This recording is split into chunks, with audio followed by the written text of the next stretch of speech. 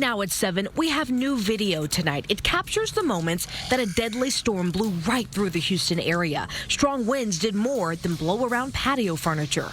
The storm so strong, it brought down multiple transmission towers. We've seen them piled down, imagine 10 of them in a couple different places in the county. Windows from this high-rise shattered on the ground into downtown Houston.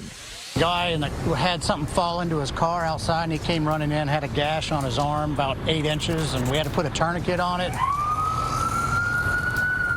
We're focusing on recovery, our first responders, our public works. Everyone is working around the clock, all hands on deck.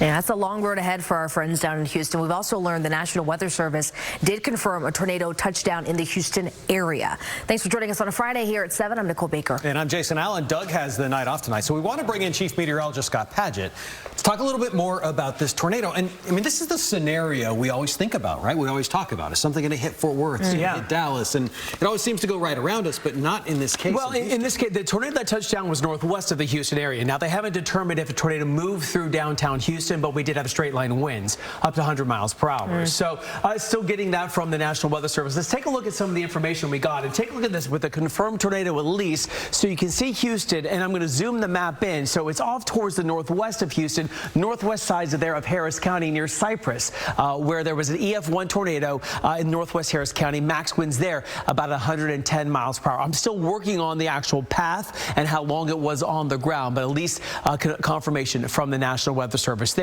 Look at all of the storm reports. As you can see, again, right in this area is where Cypress is, but a number of damaging wind reports as that storm system moved its way on through. So straight line wind damage in downtown Houston, peak winds about 100 miles per hour.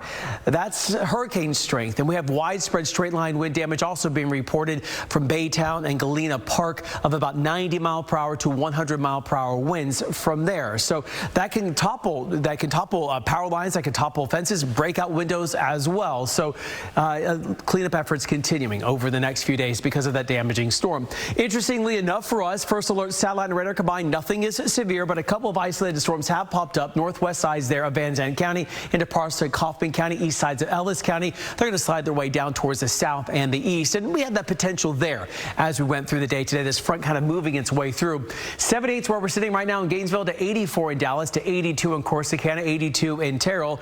Weekend plans, if you're going to get outside, lots of sunshine on the way. What's ahead? Temperatures in the mid-70s as we go through about 11 to near about midnight. And then this. Tomorrow, 92 degrees, 92 on Sunday. Lots of sunshine in the forecast. The UV index in the very high category. So if you have plans outside to meet some friends, maybe for brunch or just to walk around, have that sunscreen on. We have the warm temperatures sticking around into the beginning of next week, and then a return of rain and storms in the forecast. More about that coming up, guys. All right, Scott, we'll chat about that then. You know, the worst part about this whole storm that moved through the Houston area is the loss of life. We know at least 4 people have died as a result. And as Dave Malkoff reports, crews are still working to get power back on there for hundreds of thousands of customers. Well, the Federal Bureau of Alcohol, Tobacco, Firearms, and Explosives, the ATF, told CBS News that this practice of trading and selling old police weapons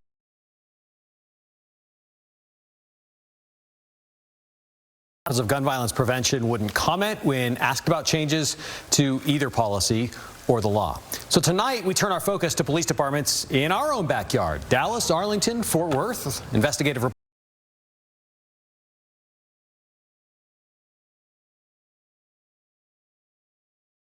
find out where those guns went and why.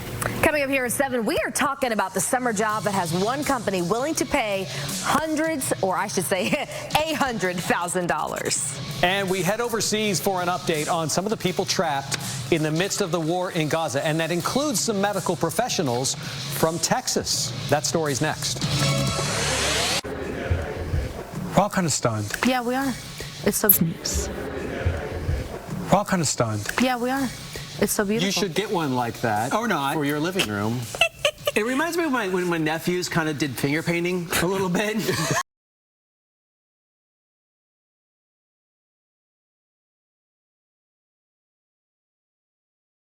And over on channel. The parents know what I'm talking about, right, Jason? Yes, Kids? we do. I'm totally with you. Look at this, Daddy. And you're like, it has lots of color. See you guys. We'll see you later.